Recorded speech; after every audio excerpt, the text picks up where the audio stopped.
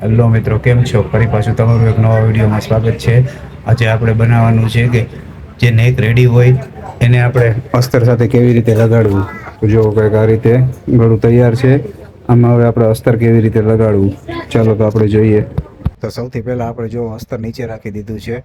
ત્યાર પછી આપણે વચ્ચે ફાક મારી છે.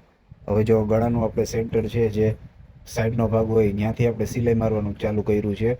ગોળ ગળું છે ને એની અંદર આપણે નાનો એવો વી આપવાનો છે. એટલે જે વચ્ચેનો વી શેપ છે અહીંયા ખરાબ ના લાગે અને પેટર્નની પેટર્ન થઈ જાય. એટલે ગોળ ગળામાં આપણે વી શેપ રાખવાનો છે. જો કંઈક આવી રીતે આપણે ફિક્સ થાપવાનું છે. જોરજટનું કાપડ છે એટલે એકદમ બારીક હોય.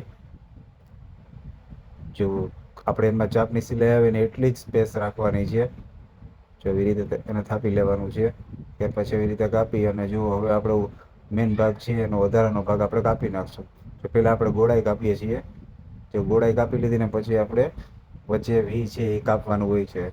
જો કે ગોળાઈ કપાઈ ગઈ છે ત્યાર પછી જો વી કાપું છું. વી આપણે સવા ઇંચ જેટલું કાપવાનું. આપણે તૈયાર થાય એટલે 1.5 ઇંચનો વી દેખાય. ગળું બધું અલગ અલગ હોય એ રીતે આપણે હાલવાનું હોય.